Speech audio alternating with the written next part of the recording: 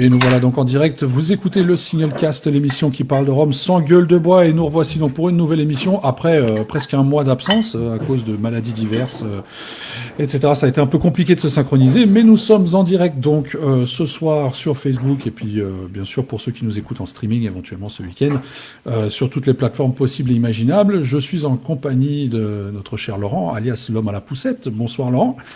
Salut. Je suis également avec Géry Gitani, comme d'habitude, le grand sage de l'émission qui est avec nous ce Bonsoir tout soir. le monde. Et invité particulier ce soir dans notre émission, Paul Timon de la distillerie Montebello, qui va nous accompagner tout au long de cette émission pour parler de Montebello déjà. Je pense il y a pas mal de Salut choses à les dire. gars, Vous avez pas mal d'actualités. Paul, comment tu vas? ça va très bien vous? Ça va, ça va, ça va. Alors, avant de parler Montebello et Rhum guadeloupéen, on va d'abord donner la main à Laurent, qui a certainement un paquet de news à nous donner suite au Whisky Live. Et je pense qu'on va démarrer avec ça, Laurent. Hein. Je confirme. Je vais pas donner toutes les news là ce soir du Whisky Life parce que sinon on en a pour plus d'une heure. Mais donc j'ai fait une petite sélection et puis à la prochaine émission il y en aura d'autres, etc., etc. Bien le bonsoir. Donc en effet, première émission après Whisky Life Paris. Vous en doutez, il y a beaucoup de nouveautés qui ont été dévoilées. Et donc totalement par hasard, je vais commencer avec Montebello. On avait 4 nouveautés en dégustation sur le stand. Un nouvel opus dans la gamme, la rencontre avec une finition Armagnac de chez Domaine de Charon. Et on fait un bisou à Jean-Philippe. Un 3 ans brut de fût. Et puis les Zenga Black et Gold Edition que j'avais déjà évoqué il y a quelques semaines. Donc je ne m'attarde pas dessus. Maintenant, la longue liste des sélections La Maison du Whisky pour leur catalogue New Vibrations. C'est parti. Paparouillot avec un élevé sous-bois nommé Vibration. C'est original pour le catalogue Vibration. Shalong Bay et un autre rhum ambré, mais cette fois-ci qui est un ex-Sochu. Single cask, donc Sochu, l'eau de vie japonaise. Naisson avec 3 nouveaux Straight from the Cask, qui sont des 4 ans, et qui ont chacun un numéro, et par exemple le 410 et le 657. JM avec un brut de fût 2015 qui faisait son petit effet sur le stand. Penny Blue, on en parle rarement, mais qui ont sorti là un 12 ans élevé intégralement en fût de sherry. Chairman's Reserve avec 2 nouveautés, un Vendôme 2006 et un John d'Or 2010. Je ne sais plus si c'était le 1 ou le 2, mais voilà. Takamaka, qui sort de 2019 dans une série appelée Le Clos et qui sont assez originaux aromatiquement parlant. Isotier qui propose l'Audacieux, un rhum agricole de 15 ans et l'Aventurier, un mélasse de 13 ans. Tous deux proposés en 2 versions, full proof et réduit, mais quand même à 58%. La Maison du Whisky présente également 3 embouteillages de chez eux avec un Cambodge 2018, un Barbade 2006, et on se souvient du Foursquare 2006 avec Vélier qui avait beaucoup plu, et un Jamaïque 2010. Et on reste en Jamaïque puisque ce sont 3 bouteilles de chez Plantation qui voient le jour, un blend New Yarmouth Worthy Park 2010, chose assez originale, un Long Pond 2010 et un Hamden 2008. On continue dans les esters, mais dans le pur jus de canne, cette fois-ci avec Moba, qui présentait 3 rhums. Je ne sais pas si mon accent va être super, mais le Umbila, qui est un vieillissement en ex-fût de Bourbon, le Umganu, un vieillissement en ex-fût de Marula Brandy, me demandez pas, je ne sais pas ce que c'est, et le Indlovu, qui a bénéficié d'une double maturation. Un peu de Vélier, dont le stand était bien souvent assez encombré. Une curiosité d'abord avec un rhum pur jus de canne d'Équateur, son nom El Amparo, qui était pas mal du tout, mais sauf en daiquiri, ça marchait pas du tout. 3 nouveautés chez Habitation Vélier, un Amrout blanc pur jus de canne, un Paparouillot de 12 mois et un Hamden de 7 ans du marque OWH. Et puis ce sont aussi 2 nouveaux papalins qui nous attendaient, un Haïti 6 ans et un Réunion 10 ans. Une nouvelle référence dans la gamme National Rums of Jamaica, qui est un Cambridge STCE 2005, donc Long Pond. Les clairins vieux prennent de l'âge puisque le compte 8 est atteint pour Vaval et Casimir. Et les deux vieillissements ont été faits en ex-fût de whisky écossais de chez Benriach ou Benriach pour les puristes. Et puis bien sûr Caroni, 3 Paradise étaient annoncés sur le catalogue, mais finalement je crois que c'est seulement 2 qui ont été ouverts sur le salon. Un 94 et un 96, il fallait être au bon endroit au bon moment pour les déguster, ce qui n'a pas été mon cas. Et puis après avoir débuté par un non-hasard et Montebello, finissons de la même manière avec un autre non-hasard, la Confrérie du Rhum, un petit groupe Facebook francophone d'amateurs d'eau de vie de Cannes, fête ses 10 ans à nouveau, j'ai envie de dire, puisque c'est pas la première bouteille qui est là pour célébrer cet anniversaire, avec une nouvelle collaboration. Et c'est un Maison Lamonie 4 ans qui a été sélectionné. Et du coup, je laisse les deux intéressés nous en dire plus s'ils le souhaitent. Hein. Alors, avant d'en dire plus, juste pour préciser, le Maroula, donc pour revenir par rapport à Moba, mais bien sûr, j'ai regardé. C'est l'anneau de l'arbre éléphant. Et d'ailleurs, on fait une liqueur, la Maroula, d'ailleurs que pas mal de gens qu'on trouve un peu partout, c'est fait à partir de ce fruit-là. Voilà. Et donc, concernant la cuvée Lamonie, oui, Jerry, dis-nous-en un peu plus. T'es plus impliqué que moi dans ce projet, puisque c'était 70 ans, donc voilà. Ouais, mais vous n'avez pas fêté mes 70 ans tous les 2 mois. S'il y a pas. Jusqu'au 80. Vas-y. Ah merde. Non, mais je peux pas en dire plus puisque le lancement c'est jeudi, donc il faut pas que je dévoile. Bon, dans ce cas-là, si vous voulez en savoir plus, dans ce cas-là, si vous voulez en savoir plus, faudra venir donc jeudi chez Christian Montaguer à partir de 18h30 pour découvrir cette cuvée en avant-première, cuvée qui sera par contre disponible. Donc il y aura quelques bouteilles de disponibles sur place le jour J. Ensuite, il y a quelques bouteilles de disponibles également à la distillerie en Martinique. Et sinon, le reste du stock sera disponible chez un certain nombre de cavistes partenaires à partir de la mi-novembre, par contre. Donc, juste un petit mot quand même pour dire, comme tu as dit que c'est un 4 ans, c'est un 4 ans qu'on a réduit à 56 degrés. Et ce que je voulais dire, c'est qu'il y a très peu de bouteilles, en fait. C'est pas un single cask, puisque c'est 2 fûts qui ont été assemblés. Et surtout, c'est quand même assez exceptionnel dans la mesure où Lamonie et Trois-Rivières ne font plus de collaboration. Donc voilà, c'est pour ça qu'on est assez fiers d'avoir pu obtenir ça. Et voilà. Le suspense est intenable. Le suspense est intenable. On donnera plus de détails jeudi. Très bien. En tout cas, merci Laurent pour ces news. Et donc, on va retourner tout simplement à notre invité du jour, Paul Timon. Paul, petite question d'abord, avant de commencer, pour les gens qui ne te connaissent pas, est-ce que tu peux rapidement te présenter? D'ailleurs, Laurent nous a posé la question avant l'émission. Paul, on l'a vu débarquer chez Montebello comme ça, du jour au lendemain. Mais avant ça, il faisait quoi? Je veux dire, nous, Jerry et moi, on a eu l'occasion de te connaître avant, dans ta vie précédente. Mais est-ce que tu peux un peu nous expliquer tout ça, remettre tout ça en contexte pour les gens qui ne te connaissent pas, effectivement? Bien sûr. Alors, donc, du coup, moi, je travaille chez Montebello depuis maintenant un petit peu moins de 3 ans. Et en fait, j'ai toujours adoré le rhum. Ça fait un bout de temps que j'orbite un peu autour de cet univers. À la base, moi, je viens d'un parcours dans l'hôtellerie, donc la cuisine et le service. J'ai fait des spécialisations en tant que barman et aussi en tant que sommelier, parce que c'est un autre univers que j'adore, le vin. Et finalement, je suis parti à Londres, bosser dans un bar tiki qui s'appelle le Lucky Cane, qui possède une micro-distillerie à l'étage de ce bar, où on accueillait des gens pour faire des petites présentations sur le rhum, leur donner des masterclass assez profondes, et leur donner la chance de distiller leur propre rhum. Enfin, redistiller leur propre rhum, un peu dans une manière de créer un gin. Je suis parti de Londres parce que là-bas, je voulais partir voyager en Amérique du Sud.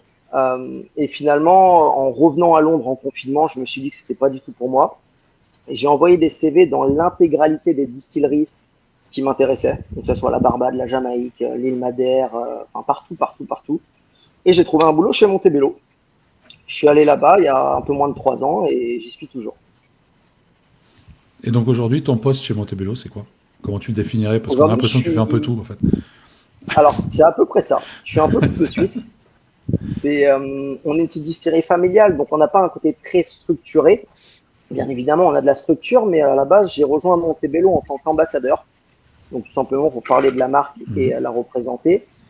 Et du fait d'avoir avant été barman et d'avoir aussi un amour pour le rhum qui est bien plus grand que le rhum agricole, on m'a donné la chance un jour de commencer à faire des assemblages. Et finalement, ça a bien plu. Donc, on m'a dit, bah écoute, tu fais ça bien, tu vas continuer à faire ça gentiment. Donc maintenant, je suis co-responsable déchets.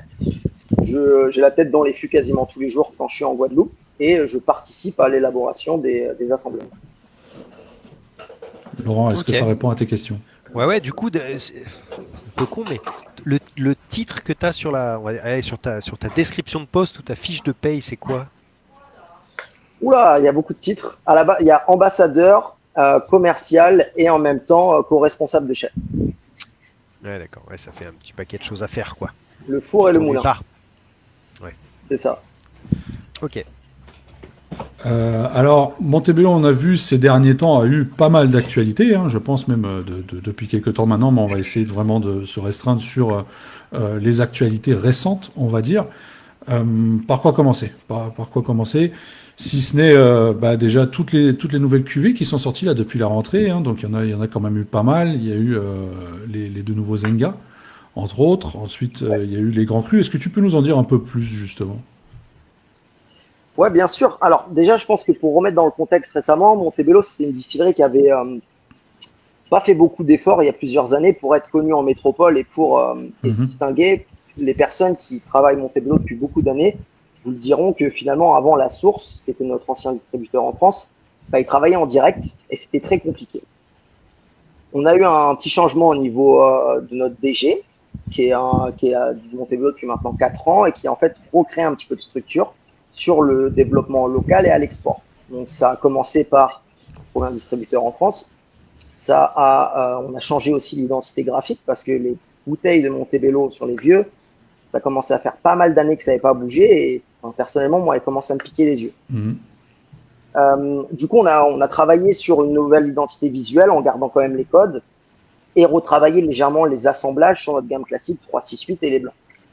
Ensuite, on s'est mis à se diversifier un peu plus récemment sur des nouvelles gammes, avec la gamme La Rencontre qui est arrivée il y a à peu près un an de ça, et aussi avec la réédition de la gamme la Zenga, et une autre gamme qui est la gamme des brutes de fût.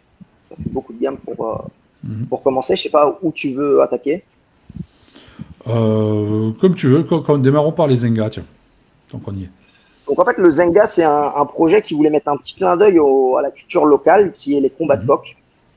Le Zenga, c'est un coq de combat traditionnel de Guadeloupe, qui est à la fois très puissant, parce qu'il est fait pour le combat, mais qui est à la fois très élégant. Il a un très beau plumage avec des couleurs très qui ressortent.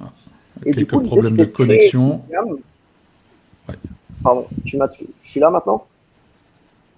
Moi, je Oui, t'aime. oui, c'est bon, c'est bon, c'est bon. Ouais. Et donc l'idée, c'était de faire un rhum représentatif de ce coq, donc à la fois puissant, élégant. Ça a commencé il y a 3 ans avec un blanc à 60 degrés sur un millésime 2019 qui avait fait 1 an et 10 mois de cuve, et un vieux de 6 ans d'âge à 46 degrés. À la base, on a dû faire autour de 6000 bouteilles et ça avait très très bien fonctionné. Du coup, on a décidé de réitérer et on est sorti 3 ans après la deuxième édition qui est le Black et le Gold. Donc là, on n'a pas voulu faire un rhum vieux sur cette deuxième édition. On a préféré faire un ambré pour pouvoir sortir un nombre de bouteilles un peu plus grand. Et surtout, comme je l'ai dit, on a la gamme des brutes de fût. Du coup, ça allait un peu à l'opposé. Donc, on a décidé de faire un ambré qui a un petit peu moins de 2 ans, qui a vieilli dans des anciens fûts de Bourbon et des anciens fûts de Rail, et de refaire un blanc, là, sur un monovariétal en 100% canne noire. Mhm. Les deux embouteillés à 60 degrés. Donc Benoît a listé un peu les nouveautés, tu les as reprises. Et justement, cette volonté de vouloir, je ne sais pas si rajeunir, mais en tout cas donner un petit coup de neuf à la marque, à la distillerie. Toi, ton implication là-dedans, ton implication personnelle, donc tu disais tu as plusieurs casquettes, mais sur des choix carrément qui peuvent être vraiment cruciaux, comme bah voilà, tiens, on fait un nouvel assemblage de ça, on va travailler sur des finitions avec des fûts de vin. Alors, tu as parlé de ton amour du vin, donc on imagine que tu as évidemment une responsabilité dedans, mais est-ce que c'est toi qui as principalement, ou en tout cas insufflé tout ça? Non, moi quand je suis arrivé, la locomotive était déjà en marche. On a notre nouveau DG qui a décidé justement de commencer à travailler là-dessus, sur la refonte des packaging et sur la standardisation un petit peu plus marquée des assemblages. Parce qu'avant, sur nos 368, il y a une période où il y avait des millésimes qui étaient écrits dessus. Et en fait, Ouais. il y a une période où c'était pas écrit, où c'était des assemblages. Et du jour au lendemain, tu pouvais avoir un profil légèrement différent. Ouais. Là, on a essayé de standardiser un petit peu plus les assemblages en faisant des blends plus conséquents pour qu'ils persistent dans le temps. Et en fait, sur nos nouveaux packaging, sur l'étiquette, c'est marqué l'année où l'assemblage a été fait. Mhm. Donc là, on est toujours sur la 2022. On a fait un gros batch, ce qui permet que si jamais du jour au lendemain, vous goûtez 2 Montebello 8 ans et qu'il y a une légère différence organoleptique, vous savez que c'est parce que ça provient d'un assemblage légèrement différent. Mhm. Alors, Donc sur la gamme classique, non, j'ai pas lancé grand-chose. La Zenga existait déjà avant que j'arrive. Ouais. La brute de fût, ça a été un échange un peu avec la direction. Par contre, la gamme, la rencontre, c'est mon petit bébé. Ouais. Ils m'ont vraiment fait confiance là-dessus et j'ai eu 100% carte blanche, que ça soit sur le choix des producteurs ou que ça soit sur le choix des rhums qu'on mettait dedans et quand est-ce que je voulais les sortir des fûts. dis-moi, tu parles beaucoup de ton nouveau DG, on peut savoir qui c'est, en fait? Samuel Serrol, c'était un ancien responsable technique chez Perlaba, D'accord. qui a bossé, qui est marie-galantais, qui a bossé quasiment toute sa vie, je pense, dans le rhum, et qui a été recruté par la famille Marsol pour venir bosser chez Montebello et la développer. Alors dans la gamme, je dirais deux cuvées dont tu ne parles pas et qui ont eu un gros succès, c'est les Bolokos, on n'en entend plus parler, et la Winch qui a eu un gros succès aussi. Qu'est-ce que ça devient tout ça? Alors d'abord la Winch, c'est un produit qui est là depuis pas mal d'années, qui est un 100% canne rouge. Nous on adore travailler la canne rouge, qui pousse majoritairement sur un terroir volcanique. Nous on est basé en Basse-Terre, donc on travaille pas mal de cannes de Basse-Terre, mais pas que. Et cette cuvée Winch, on continue à la faire. C'est vrai qu'on la met pas trop en avant. Pourtant, elle existe effectivement aussi à l'export, donc ça marche très fort en Guadeloupe. C'est un monovariétal qui a fait 1 an et demi de cul, à 50 degrés et qui est très gourmand, qui continue à être présent tout le temps. Pour l'instant, elle n'a pas changé de packaging. Je ne sais pas si ça a pour but de le devenir, mais pour l'instant, c'est comme ça. Ensuite, la cuvée des Bolokos, que beaucoup de personnes connaissent, c'est une collaboration avec un groupe de musique guadeloupéen, les Bolokos. Et en fait, notre responsable boutique, qui est Eddie, le chanteur du groupe Bolokos. Donc en fait, l'histoire a commencé où le groupe Bolokos voulait tourner un clip qui s'appelle White Rum à la distillerie Montebello. Et finalement, l'idée a émergé de pourquoi pas faire une cuvée en collaboration avec Montebello. Donc là, c'est vraiment la cuvée Bolokos, c'est Bolokos qui choisit tout, que ce soit de leur packaging, de la sélection de la cuve une fois distillée. Enfin, ça va même plus loin parce que c'est une collaboration avec un petit planteur. À savoir que la cuvée Bolokos, c'est un parcellaire. C'est le seul parcellaire de Montebello. C'est une petite parcelle de canne rouge qui provient derrière la distillerie, 100% coupée à la main et qui est travaillée un peu différemment et surtout bichonnée plus longtemps en cuve, dans des petites cuves. Eddie a décidé de faire uniquement 943 bouteilles, si je dis pas de bêtises. Et le premier batch qui a dû sortir en 2019 ou 2021, je m'en boule les pinceaux, avait pris un peu de temps avant de décoller, mais ça avait très bien marché. La 2 avait marché du feu de Dieu et la 3, c'est plutôt le bureau des plaintes, quoi. Et moi, personnellement, la Bolokos, un mois avant, un mois après, j'ai mal au crâne tous les jours parce que c'est très compliqué à gérer sur des petits nombres de bouteilles comme ça. Alors, on a une question en ligne justement d'un auditeur qui nous demande à quand un Bolokos vieillit? Alors, comme je le dis, la Bolokos, c'est vraiment choisi et impacté par le groupe Bolokos. Donc, personnellement, moi, je suis pas tout le temps dans les filons, même si je parle avec Eddie. Pour l'instant, laisse-le finir ses 4 cuvées parce qu'ils sont 4 membres du groupe des Bolokos. Donc, ça avait déjà été décrit comme quoi il y aurait 4 cuvées Bolokos. Okay. Pour la suite, je peux pas en dire plus.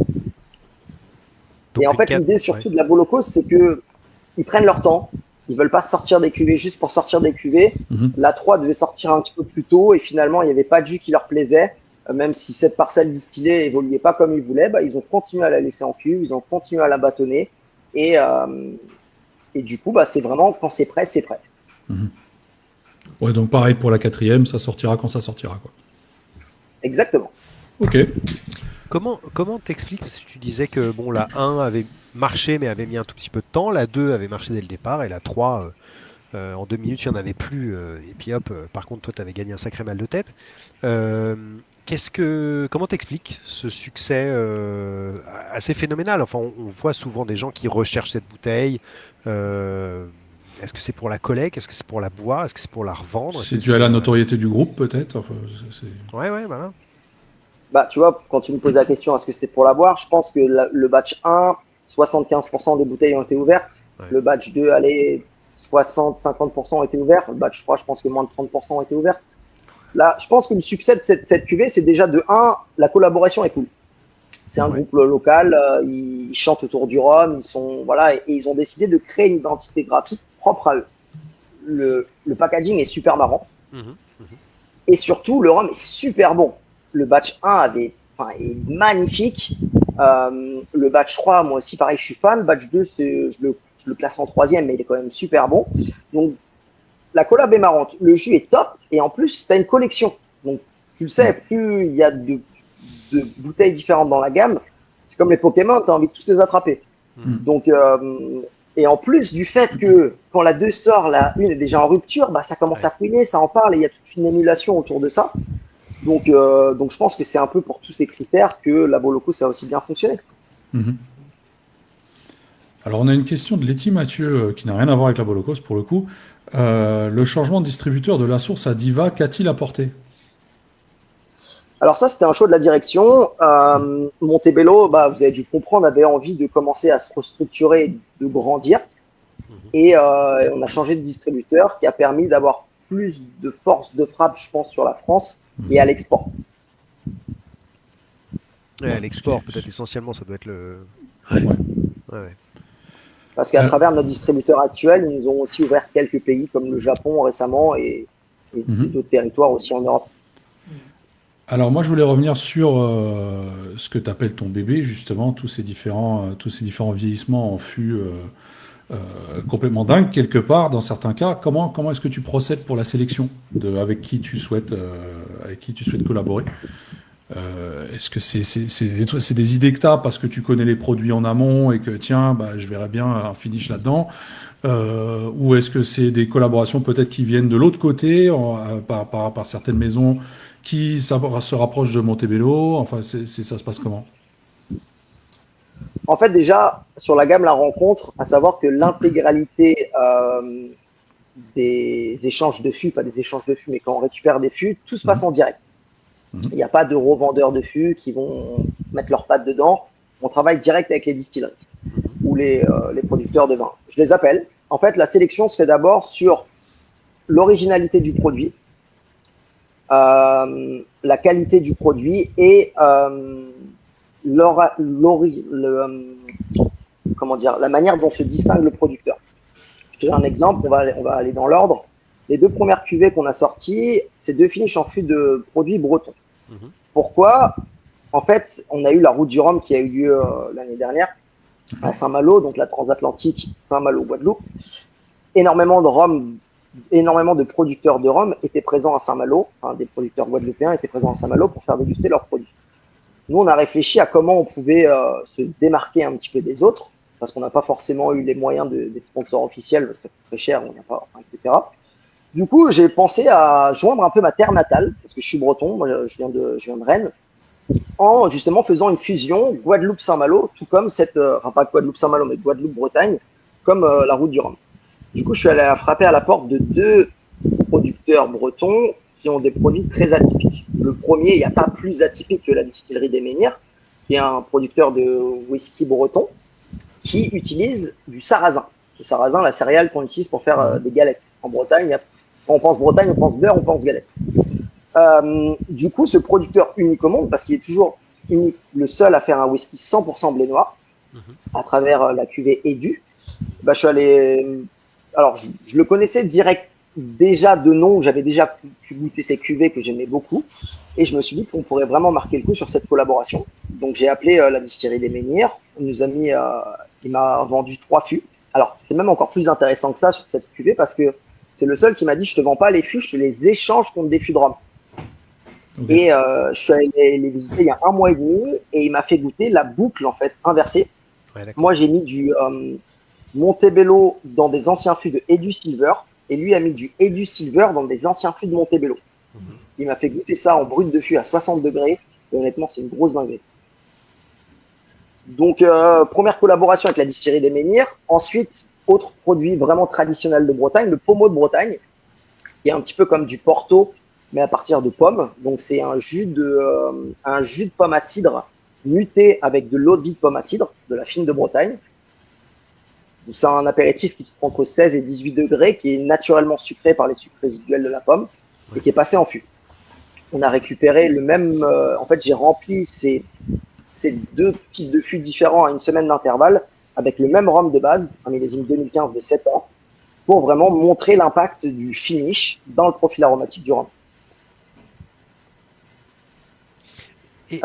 Donc voilà, on a commencé sur des produits bretons et ensuite, moi, j'ai voulu commencer à intégrer mon amour du vin dans cette collaboration en allant frapper à la porte de producteurs que j'adorais déguster. J'avais rencontré lors de mon, quand j'étais sommelier et que je travaillais en restaurant, j'avais dégusté des produits qui sortaient vraiment du lot et voilà, ça s'est fait en fait naturellement. Tous les produits, quasiment 100% des producteurs, je les ai visités. Pour donner l'exemple par exemple de François Carillon avec qui on a sorti 2 cuvées, je suis allé le voir 3 fois en Bourgogne, j'ai même fait une journée de vendange avec lui, il est venu nous voir en Guadeloupe, pendant les vendanges il boit des petits ponches, c'est vraiment ça va beaucoup plus loin qu'un simple échange de fûts, quoi. Est-ce que le fait de les approcher a été plutôt facile ou est-ce qu'il y en a quand même quelques-uns qui ont été réticents? J'ai pris beaucoup de portes, Ouais. beaucoup de portes, surtout dans le vin, et c'est là où j'ai trouvé que les rencontres avec les producteurs ont été encore plus intéressantes. Bien évidemment, j'en parlerai après, mais cette gamme La Rencontre a aussi un petit côté filouterie pour entrer dans les sélections de spiritueux des belles tables françaises. On en reviendra après. Mais du coup, j'ai tapé sur des belles appellations de vin d'entrée de jeu et des coups de cœur monstrueux que j'ai eu en vin. Et je me suis pris des portes, mais sales. Donc, automatiquement, ça a filtré un petit peu. Ouais. Et par exemple, François Carillon, la première fois que je l'ai eu au téléphone, c'était tout de suite une rencontre magnifique parce qu'il était là, magnifique, j'adore, je bois des petits ponches pendant les vendanges. Et d'entrée de jeu, tiens, je vais t'envoyer du vin, tu vas m'envoyer du rhum. Et du coup, c'est une vraie collaboration comme ça, quoi. Oui, ça tisse des amitiés quelque part, ouais. Et on tisse des amitiés. J'ai encore passé un super moment à la distillerie des Menhirs il y a 2 mois de ça. Enfin voilà, c'est vraiment une collaboration où l'idée c'est, excusez-moi, où on va rencontrer des personnes et on va pas juste échanger des fûts, quoi. J'imagine que si tu te prends quelques revers et qu'après tu tombes sur un gars qui te dit mais grave, je prends des petits ponches pendant les vendanges, ça doit faire du bien et ça doit faire plaisir, ouais. Ah, clairement, il y en a où trouver des fûts de pommeau ça a été pas facile, mais je suis vraiment content d'avoir fini au Garbello parce que c'est pour moi un des meilleurs pommeaux de Bretagne. Mais tu vois, j'ai commencé à taper sur des grosses appellations et la première règle de cette collaboration, je leur parle du projet et je leur dis: est-ce que ça vous intéresse de faire de redonner une deuxième vie à vos fûts? Surtout, est-ce que je peux utiliser votre nom et votre logo sur l'étiquette? S'ils me disent non, à partir de là, fin de discussion. Je te donne un exemple, un des vins les plus connus au monde, Château Pétrus à Bordeaux, ils m'ont dit: ouais, je veux bien te vendre des fûts, il n'y a pas de souci. Par contre, mon nom, t'oublie. Je dis: ça m'intéresse pas, même si un fût de Pétrus, ça va être incroyable, laisse tomber, quoi. Oui. Alors, on a Letty qui nous pose la question à nouveau. Dans la gamme des rencontres, les fûts sont-ils vieillis en conteneur? Pas tous. En fait, 99% de nos fûts sont gardés dans des conteneurs métalliques. Certaines des rencontres ont vieilli dans des conteneurs. D'autres, en fait, je me suis mis à créer des microchets un peu à droite à gauche parce que déjà, de 1, le conteneur, il fait super chaud. Donc, automatiquement, le process va être un peu accéléré. Pour contrôler, c'est un petit peu plus dur. Et surtout qu'à chaque fois que je vais dans les conteneurs, je suis trempé de sueur, je suis dégueulasse, et que c'était aussi une histoire de pour être plus pratique. Du coup, j'ai créé dans le dépôt, on avait un endroit où on gardait des stocks de vieilles bouteilles qui commençaient à devenir de plus en plus faibles. J'ai récupéré cette cage et j'ai mis mes fûts dedans pour pouvoir commencer à faire des tests. Donc, whisky breton, pommeau, ils étaient dedans. Quasiment tous sur ceux qui sont sortis, sauf sur le finish en fût de Pierre Jean Villa. Mais même si c'est pas du conteneur, je peux te garantir que dans le dépôt, il fait super chaud. Alors justement, je voulais te poser cette question concernant les chais, ça tombe bien. On a visité avec Benoît la distillerie il y a quelques années, c'était assez vieillot, on sent en cours, maintenant vous êtes en train de rénover pas mal. Est-ce qu'il y a un projet de chais, parce que vous ne pouvez pas continuer avec ces conteneurs? Pourquoi pas? Bon, déjà économiquement, la part des anges elle est très élevée, donc vous perdez énormément de volume. Et puis, on sait bien qu'il n'y a pas que les chais secs. Dans les chais humides, tu peux avoir de belles choses aussi. Donc, comment vous pensez gérer ça? Est-ce qu'il y a un projet? Est-ce que... Voilà, quoi. Effectivement, comme tu dis, économiquement, on n'est pas les plus intelligents. Le comptable, il se tire les cheveux un petit peu quand il voit la part des anges et surtout notre perte. Parce qu'au final, nous, on n'a pas un chai qui est sec, on a un chai qui est très humide au final. Parce que les conteneurs, ils sont pas si étanches que ça. Il y en a beaucoup qui sont rouillés. Et on a beaucoup d'humidité qui se crée, surtout qu'on a une partie des chais, des conteneurs qui sont posés en dessous de la rivière. Au-dessus, pardon. Donc, tu as la rivière qui passe en dessous. Après, en fait, je pense que le profil Montebello au niveau gustatif vient beaucoup du fait qu'il est vieilli en conteneur. Le fait que, en fait, Alain Marsol, le père des deux frères qui dirige actuellement la distillerie, a commencé à faire des expérimentations de vieillissement assez tôt. Et en fait, a de là créé des micro-chais en conteneurs. Il recevait des fûts dans des conteneurs. Il s'est dit, au lieu de créer un bâtiment, je vais souder des barres en métal dans les conteneurs. Je vais faire rouler des fûts. Je vais fermer mon conteneur. J'ai un fût. J'ai un petit chai. J'ai besoin d'autres, j'en mets un autre à côté. Puis j'en mets au-dessus, puis j'en mets à gauche, puis j'en mets à droite. Et automatiquement, le chai a grandi doucement. Ça, comme tu le dis, économiquement, on n'est pas bon du tout. Parce qu'on a une grosse part des anges et on a aussi un degré qui baisse drastiquement parce qu'on perd 2 degrés d'alcool par an. Ça va vite. Mais ça, en fait, je pense que ça crée clairement notre profil du fait qu'on le sait, en fonction des degrés d'alcool, on ne va pas extraire les mêmes molécules dans le bois. Généralement, au-dessus de 60, on va extraire du tanin qui va donner un côté plus structurant. En dessous de 50, on va extraire la lignine qui va donner beaucoup d'élégance. Et en dessous de 50, on va extraire l'hémicellulose. Ça, cette hémicellulose va donner ce côté très huileux, très gras, presque une sensation de sucrosité en bouche, que je trouve qu'on retrouve beaucoup dans nos assemblages de 8 ans et plus, même dans nos rhums plus vieux de 8 ans. Et du coup, ça donne une pâte Montebello. Donc même si on aurait envie d'être plus rentable et de pouvoir perdre un peu moins de part des anges, mine de rien, c'est ça qui fait le Montebello. Et du coup, on va toujours avoir une colonne vertébrale autour de ces chais. Après, ouais, on a des projets de chais un petit peu différents, secs. Donc, j'aimerais bien justement avoir des degrés qui se stabilisent et qui remontent. Et aussi un chai qui est un petit peu plus accessible au niveau touristique et que ça nous présente un peu mieux. Après, on est en Guadeloupe, tous les projets prennent beaucoup de temps. Donc, pour le moment, j'ai envie de te dire, on est avec nos conteneurs et ça se passe bien. Et du coup, par contre, vous auriez également le risque de peut-être changer le profil du produit finalement.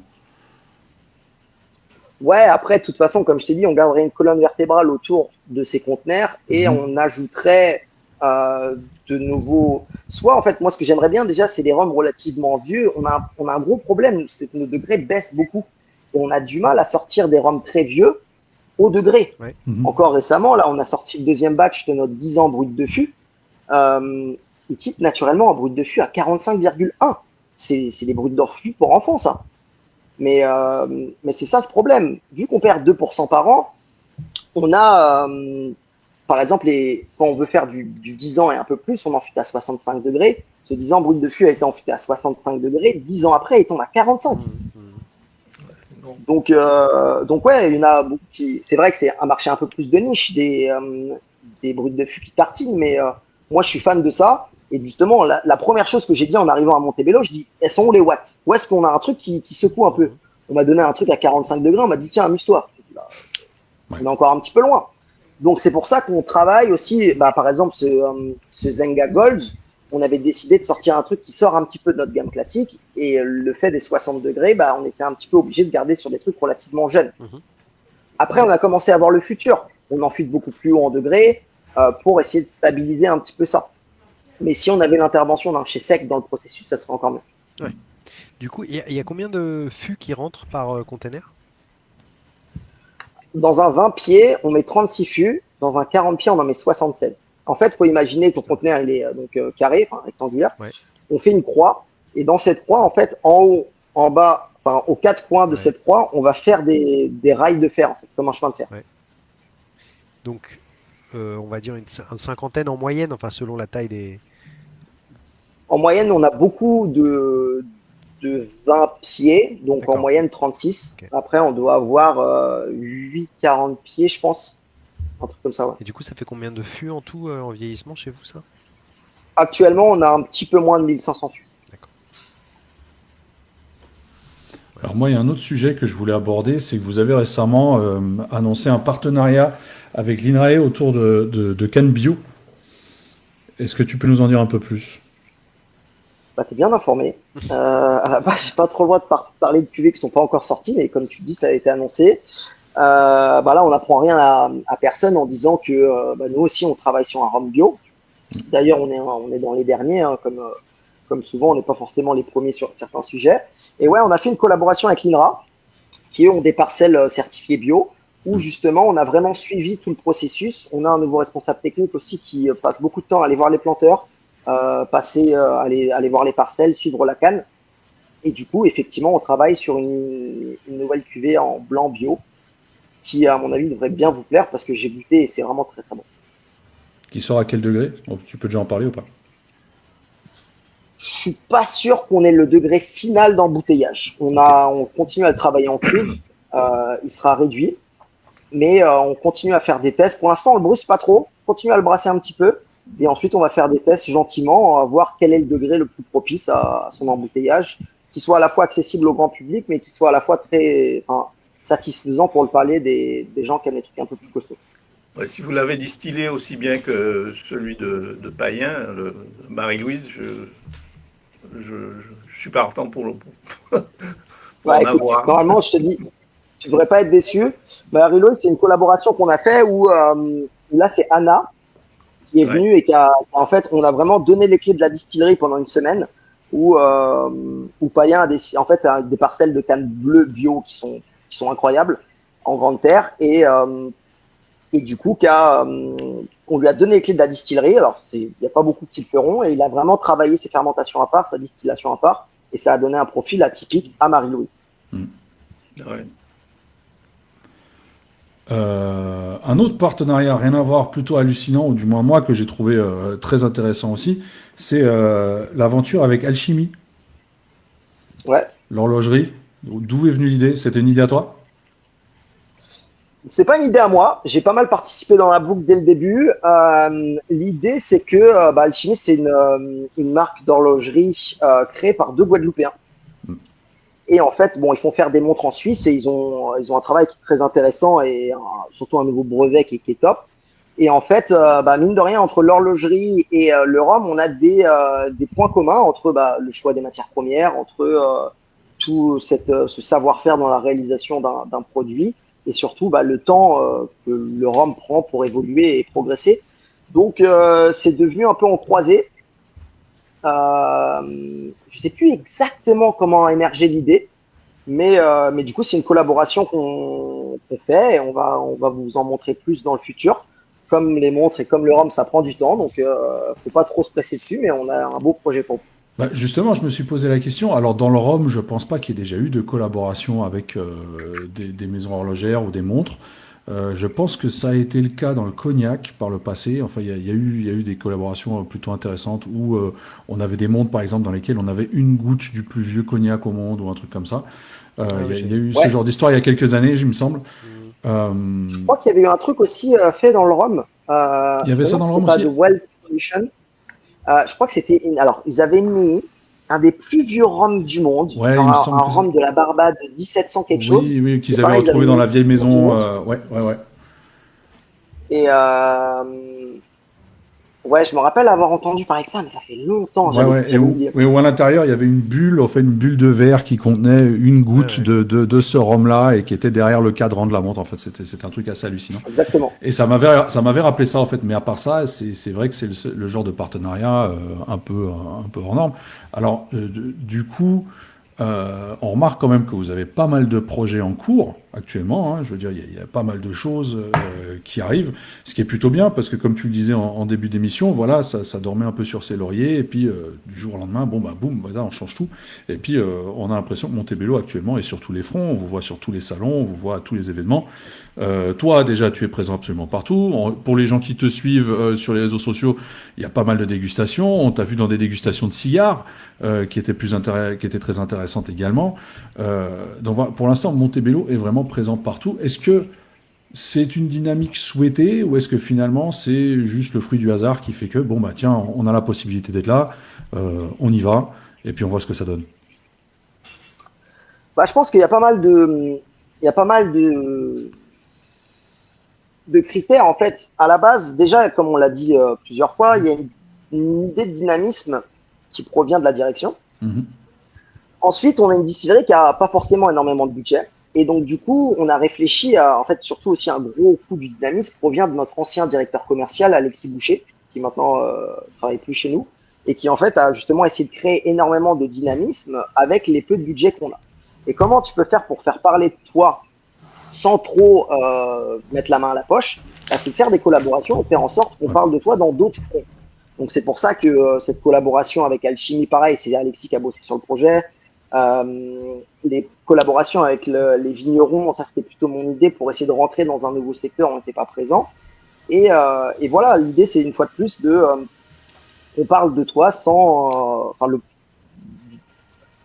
un peu partout, Mhm. sans trop payer des articles, sans trop faire des choses. Les salons, on se force à le faire, même si c'est un gros budget. Forcément. Cette année, on a encore fait Rumfest et Whisky Live. On ne s'est pas attardé sur les autres parce qu'on n'avait pas assez de budget pour faire tout le reste. Mhm. Mais pour nous, c'est super important. Justement, en France, on a tellement de concurrence et il y a tellement de producteurs exceptionnels. Et enfin, même moi, hein, je suis un gros buveur de non agricoles. Quand aujourd'hui tu vas dans des magasins spécialisés comme Christian de Montaguer, Excellence Rhum, il y a une quantité astronomique de rhum. Ouais. Donc pour que les gens puissent te déguster, et pour parler avec un producteur, il faut être là. Tout simplement, il n'y a pas de secret. Est-ce que, Et Ouais, vas-y, Laurent. est-ce que Benoît le soulignait, plein de projets, des nouvelles cuvées, des nouvelles gammes, des nouvelles séries, des partenariats, etc. Est-ce qu'il n'y a pas un danger relatif, on va dire, qu'on peut voir depuis quelques années, à savoir que certaines marques qui justement essayent comme ça de plein de nouveautés, est-ce qu'à un moment on s'enferme pas dans un rythme un peu impossible à tenir? Non, je vois ce que tu veux dire. Même moi, tu vois, quand là j'ai beaucoup tourné en France récemment et j'ai fait déguster toute la gamme, quand tu fais une déguste, tu te rends compte qu'il y a plusieurs bouteilles différentes, qu'il y a plusieurs noms de cuvées différentes et que ça part un peu dans tous les sens. Montebello, avant, enfin, il y a plusieurs années, ça partait encore plus dans tous les sens. Ouais. On avait plein de bouteilles différentes, on avait plein de noms de cuvées différentes. Et là, il y a vraiment une idée de restructuration. Actuellement, du coup, on va avoir la gamme classique, 368. On a la gamme des brutes de fût qu'on a créée, en fait, où on garde des identités graphiques de la gamme 368 avec une bouteille différente, la bouteille brute de fût, avec un canister et les mêmes codes couleurs que le 3 c'est le rouge, le 6 c'est le bleu et le 8 c'est le noir. Mhm. La gamme classique, la gamme des brutes de fût. Ensuite, on a la gamme des Zenga qui est éphémère en fonction des quantités. Et on a la gamme La Rencontre où là, on fait des expérimentations un petit peu plus foufou sur des éditions encore plus limitées. Mais l'idée, c'est de s'en tenir à ça. En dehors du cuvée bio qui va rentrer dans une gamme, vous allez comprendre quand ça va arriver. Mais l'idée, voilà, c'est d'essayer de un peu calmer aussi sur la gamme, les bouteilles, structurer ça. Et ensuite, sur les collaborations, là, t'en vois beaucoup. La collaboration avec l'INRA, c'est sur la sortie d'un rhum. La collection avec Alchimie, c'est un projet qu'on travaille depuis pas mal d'années. Les Bolocos, On va un peu se calmer quand même. Parce que je suis d'accord avec toi, Laurent. Des fois, trop, c'est trop. Ouais, et après ça crée. C'est-à-dire que maintenant, ça va servir à vous faire connaître davantage, Ouais. puis après vous allez peut-être vous stabiliser une fois que la notoriété sera là. Et Ouais, Exactement. j'espère, parce que c'est vrai qu'après, il y a pour moi un des potentielles répercussions que je vois, c'est que ça crée chez le consommateur, chez l'amateur, ce besoin de nouveauté, cette attente de bon, alors l'année dernière, on a vu 4 nouvelles cuvées dans la rencontre, on a vu le Brut de Fût en 3 ans, on a vu 2 Zenga, la refonte de. Bon, alors là, on est 6 mois plus tard, qu'est-ce qu'il y a, quoi? Alors que bon, bah, faut un peu de temps, faut que les choses se Après, fassent. Après, c'est vrai qu'au niveau du public, il y a ça aujourd'hui aussi qui joue beaucoup. C'est-à-dire que de manière générale, pas que chez Montebello, il y a tellement de choses qui sortent. Je veux dire, Laurent, tu es bien placé pour le savoir. Il y a tellement de choses qui sortent et on a l'impression que ça va de plus en plus vite. C'est-à-dire qu'aujourd'hui, il y a pas une année. Tu peux pas te permettre de rien sortir pendant un an. De pas sortir une nouveauté pendant un an. Si tu le fais, ta marque, en termes de notoriété, bon, bah, elle va redescendre. Tu vas sur un salon, les gens vont passer ton stand sans même s'y arrêter. C'est quelque chose d'assez affolant et donc du coup les marques se doivent à chaque fois d'être à la C'est vrai que recherche de nouveautés, de devoir juste pour rester dans l'actualité en fait. Ce c'est qui est vrai que c'est un finalement peu le très cas. C'est un c'est peu le compliqué à cas tenir. pour tout le monde, comme tu dis, notamment sur le marché français. Hein. Oui, oui, bien Ouais. sûr. Alors, on voit qu'il y a des très grosses marques qui ont passé cette stratégie-là et qui ont une stratégie un peu bulldozer Mhm. et qui vendent beaucoup plus que les autres en fait, parce qu'ils sont sur un marché international. Mhm. Hein. Donc effectivement, ça dépend de la taille de la distillerie, ça dépend de la stratégie en termes de marché, quoi. Ouais, mais Mais c'est-à-dire qu'à la fin. Oui, je rejoins vas-y. Benoît sur le fait qu'aujourd'hui, tu vas dans un Rumfest, un Whisky Live ou n'importe quel type d'event, tu as beaucoup de stands, t'as pas forcément le temps de tout faire Mhm. dans la journée, il y a des trucs où tu vas devoir passer, et mine de rien, bah, tu passes devant Montebello, ah, Montebello, bah, je connais, il n'y a pas de nouveauté, effectivement, comme tu dis, bah, je m'arrête C'est pas. ça. Donc c'est aussi une manière d'attirer un peu les gens. Mhm. Ensuite, c'est aussi que, comme on l'a dit, depuis 2 ans, il y a beaucoup de nouvelles choses, beaucoup de nouvelles structurations et de nouveaux produits. On est un peu tout fou quand c'est Whisky Live et on a envie de montrer sur Mhm. quoi on travaille. Par exemple, Runfest, là, bah, c'était cette année. On est arrivé avec les 2 rencontres qui étaient déjà présentes et les 4 nouvelles rencontres en fût de vin qui n'étaient pas encore arrivées en France. Là, c'était aussi pour donner une avant-première et une explication de que va être ce projet et quelles sont un peu les directives que ça va prendre. En plus de ça, par contre, comme la maison du whisky l'a bien compris, ils sortent des éditions ultra limitées en 300 exemplaires que tu sais que tu Mhm. verras jamais. Mhm. Ils te les font goûter. Et ça, au moins, c'est cool parce Mhm. que bah, nous, on a pas mal de. Bah, dans la gamme La Rencontre, les plus petites éditions font 605 et 620 bouteilles. Bah, c'est des bouteilles qui vont pas forcément être faciles à trouver et accessibles à tout le monde, surtout qu'on a plusieurs marchés à l'export et surtout que cette gamme a pour but sur les finishes vins de finir sur les tables françaises. Euh, c'est aussi un moyen pour nous de les faire goûter en mode allez-y kiffer, vous ne goûterez peut-être jamais dans le futur, mais au moins goûter ce qu'on fait quoi. Ouais, ouais, ouais. Mais Et juste, effectivement, comme tu dis, il y a rien de pire sur un salon que le mec qui vient te voir et qui te demande alors c'est quoi vos nouveautés? Et si t'as rien à lui filer, bah il passe, il s'en va et c'est tout. C'est Il ça, va il va au stand c'est suivant. ça. Mais du coup, c'est-à-dire en fait, ça revient un peu. Je fais le parallèle avec la mode. C'est-à-dire que tu as une saison printemps, une saison hiver, qui sort donc en même temps que Rumfest Paris et Whisky Live, plus ou moins.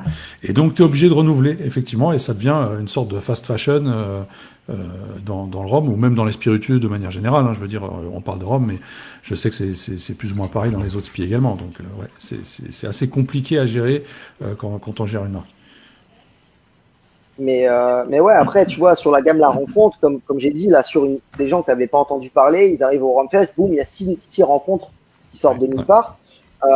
Cette rencontre, ça prend du temps. Là, actuellement, j'ai 12 partenariats qui sont actés avec différents producteurs français, mais pas que. Et, euh, et du coup, bah, là, au fur et à mesure, on va voir des rencontres un petit peu différentes. Là, potentiellement, au Rumfest, bah, on en a présenté 4 qui n'étaient pas encore en France, donc peut-être un peu tôt. Mhm. Mais voilà, une fois de plus, c'est aussi, tu vois, c'est un projet sur lequel j'ai travaillé. Je suis super fier du truc. J'avais trop envie que tout le monde le découvre et de pouvoir bah, en plus, il y a personne techniquement qui pourrait aussi bien en parler que moi parce que c'est mon petit bébé. Donc j'avais vraiment envie Mhm. d'être présent en salon et de le faire découvrir. Est-ce que tu n'as pas peur qu'à un moment donné, vous n'arriviez plus à suivre le rythme, tout simplement, parce que faire vieillir des spiritueux, ça prend du temps. Or, tu as en quelque sorte le délai forcé de tous les 6 mois, il faut sortir un truc.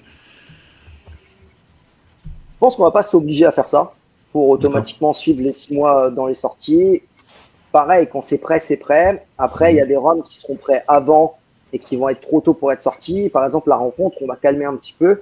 On va pas sortir 6 cuvées tous les ans. Donc là, c'est vraiment, il y en avait 4 sur les 20 qui sont sortis d'un coup. Mais l'idée, c'est d'en avoir une, C'est deux, pas une tradition, maximum quoi. 3 par an. Ok. Ouais.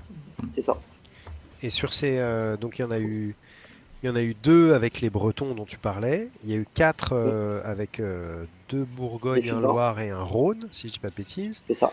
Il y a celui avec Charon. Ouais, Pour l'instant, c'est les 7 dont on est au courant. C'est ça, hein? exactement. Et Exactement. t'en Pour as encore l'instant, il y en a- 12 de plus ou tu comptais les 7 dans les 12? Non, je comptais les 7 dans les collaborations. Ok. Quand je dis les 12, c'est 12 actés. Ouais. Il y en a 11 différents en fût qui sont déjà à la distillerie, d'autres qui sont dans les tuyaux. Après, il y a aussi d'autres en discussion qui vont se faire.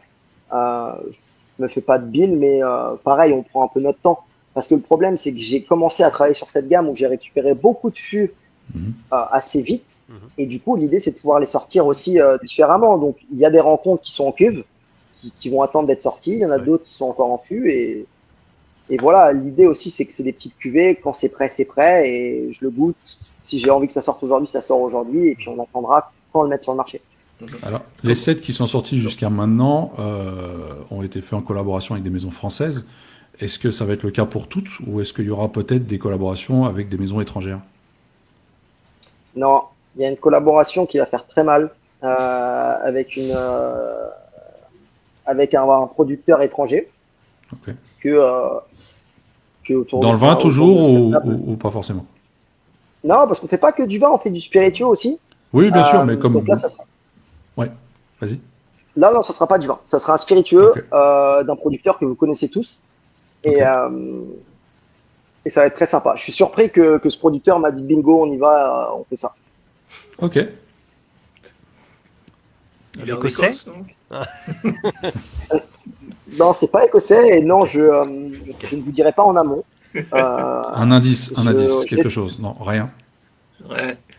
La matière première, le pays, un truc. Un truc, quoi, je sais pas.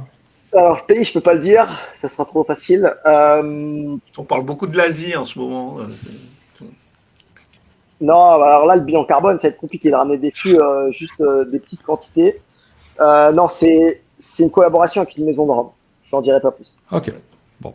Alors On dis-moi, va tout ça, c'est la vitrine. Là, on parle de la vitrine, mais la gamme classique, notamment les blancs classiques, est-ce que cette vitrine, tout le travail que tu fais là, est-ce que ça a un impact sur la consommation locale, sur la gamme classique des blancs, par exemple, ou des 3, 6, 8 ans?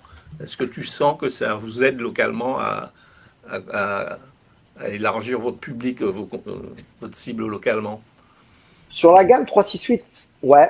Sur les blancs, un petit peu. Je peux pas te dire pour sûr sur les blancs. En fait, on a un groupe, le Club Rhum Guadeloupe, qui est super actif en Guadeloupe et avec lequel on fait pas mal d'événements. Et eux, justement, sont toujours curieux de découvrir de nouveaux produits, de venir à la distillerie. Et du coup, quand on fait des events, bien évidemment, on sort aussi notre gamme classique. Pour moi, une masterclass, quand on fait des events Club Rhum Guadeloupe, on commence toujours par un petit punch. Le temps que tout le monde arrive, parce que on sait, hein, ça commence à 17h, ça va jamais commencer avant 17h30, donc au moins on attend avec un petit punch. Et le fait de parler de nous, d'être présent sur le terrain, sortir des nouveautés, automatiquement, les gens, on entend parler, du coup veulent le consommer, et aussi les cavistes, on travaille très bien avec eux, et automatiquement, quand on sort des produits qui fonctionnent chez eux, et ils ont envie de travailler plus notre gamme et de la mettre plus en avant. Et nous, notre distribution en Guadeloupe est faite en direct. On la fait très bien, donc automatiquement, les cavistes nous voient souvent, et automatiquement, ils ont envie de vendre nos produits. D'accord. Ok. Je reviens et puis peut-être après on s'en récarte, mais les fûts de vin que tu as réussi à choper, comment ça se passe pour le transport, pour qu'il reste en bon état? Ça fait loin quand même. Par la poste. Ouais, on travaille avec des producteurs qui ont une hygiène impeccable. En fait, je donne un cahier des charges, mais c'est pas un cahier des charges, mais en fait, quand donc on se prépare sur le soutirage, ils me disent voilà, je vais mettre ce vin je vais soutirer ce fût autour de cette date. Je leur demande de très bien le nettoyer, de le rincer. Nettoyage à la vapeur. Si possible aussi, il y a des lampes UV en fait que tu mets dedans qui vont détruire toutes les bactéries présentes. Laisser sécher, fermer, filmer. Le jour où il est prêt, j'envoie mon transporteur. Il les met sur une palette, mon transporteur l'envoie. Certains des fûts viennent en avion, très peu. Certaines viennent en bateau. Et automatiquement, ça rajoute un coût monstrueux monstrueux. Ça rajoute quand même un coût sur le produit final parce que quand nous, on importe des fûts, on achète des 40 pieds remplis de fûts de Bourbon. En moyenne, je crois que c'est 240 fûts de Bourbon dans un 40 pieds. Là, le transport, ça dépend d'où ça part, mais c'est à peu près 4000, 4500 euros. Là, sur par exemple les fûts de Carillon, 2 palettes, ça nous a coûté à peu près 2000 euros sur 4 fûts. Donc automatiquement, ça impacte plus.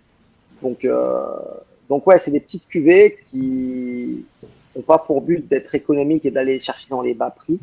Mais oui, c'est un point qui est très important, l'hygiène, parce que dans les spiritueux, t'as pas trop de chances que ton fût parte en vinaigre. Sur le vin, c'est plus compliqué. Jusqu'à présent, sur une quarantaine de fûts de vin que j'ai reçus, il y en a 2 où j'ai eu un problème. Et du coup, on les a gardés en déco. Ouais, mais plus que le vinaigre, enfin du coup c'est pour éviter ce problème-là, mais le nombre de spiritueux où il y a un passage dans des fûts de vin et il y a un côté soufré, enfin il y en a quand même, c'est très récurrent quoi. Et tout spiritueux confondu qui utilise des fûts de vin. Du coup, pas ce besoin-là. Tu parlais d'autres techniques pour t'assurer qu'il n'y ait pas de souci quoi. Ah, c'est pas besoin, c'est interdiction totale. Le soufre et le rhum et les spiritueux ne fonctionnent pas du tout. C'est pour ça que d'ailleurs, quand on fait du cognac, on cherche une acidité pour éviter d'ajouter du soufre. Beaucoup de producteurs de vin continuent à utiliser du soufre. Déjà, on essaie de choisir des producteurs qui vont pas tabasser énormément leur vin en soufre. Ça, généralement, vu que c'est des petits producteurs, ça marche bien. Et en fait, il y a une technique qui est très courante une fois qu'on a vidé les fûts, ce qu'on appelle le méchage. Ouais, c'est ce à quoi je pensais plutôt. Moi, je leur dis direct, surtout pas de méchage. Sinon, c'est foutu. Ouais. Donc, il y en a où on peut retrouver à travers le bois qui s'est imbibé du vin une trace de soufre. Ça, c'est un défaut. Jusqu'à présent, on n'a pas eu. Il y en a un où il y avait vraiment s'il fallait vraiment être très sensible au soufre pour le déceler. On a essayé. D'ailleurs, ça s'est amélioré un peu une fois que j'ai sorti le rhum, je l'ai pas mal tabassé avec un bâton en bois pour l'aérer et ça a aidé aussi à lisser un petit peu tout ça. Mais sur le reste, on n'a pas de souci là-dessus. Okay. Parfait. Je pense qu'on a fait le tour parce que cette émission touche à sa fin. À moins que Laurent ait encore quelque chose à ajouter pour m'interrompre comme d'habitude. Non, pas aujourd'hui. Si tu m'offres la parole, à quel moment je t'interromps? Mais c'est exactement pour ça que je le fais. En tout cas, Paul, merci à toi d'avoir bien voulu participer à cette émission et de nous avoir donné toutes ces informations très instructives. Je pense même qu'au niveau des commentaires qu'on a reçus, ça s'est vu que voilà, ça intéressait pas mal de monde. Je pense qu'on va entendre parler de Montebello encore pendant quelques temps, dans les prochains mois, voire les années à venir. Et puis, on vous souhaite que le meilleur dans ce cas-là. Et puis même à toi, bon courage pour la suite. Et puis merci beaucoup. Merci beaucoup pour l'invite, c'était vraiment cool. Et ouais, on se revoit bientôt sur les salons pour vous faire déguster les nouveautés. Très certainement. En tout cas, n'hésitez pas à suivre cette émission sur les réseaux sociaux, à nous laisser quelques commentaires si vous le souhaitez, à le partager avec vos amis, et puis surtout, à partir de ce week-end, à retrouver cette émission sur toutes les plateformes de streaming, Spotify, Google, etc., etc. Nous, sinon, on se retrouve dans 2 semaines avec, il me semble, un autre invité qui est déjà sur la liste, mais on va pas en dire plus. Et puis, en attendant, on vous souhaite une excellente soirée, et puis, à dans 2 semaines. Merci, au revoir. À bientôt. Au revoir. Salut Paul. Salut. Salut.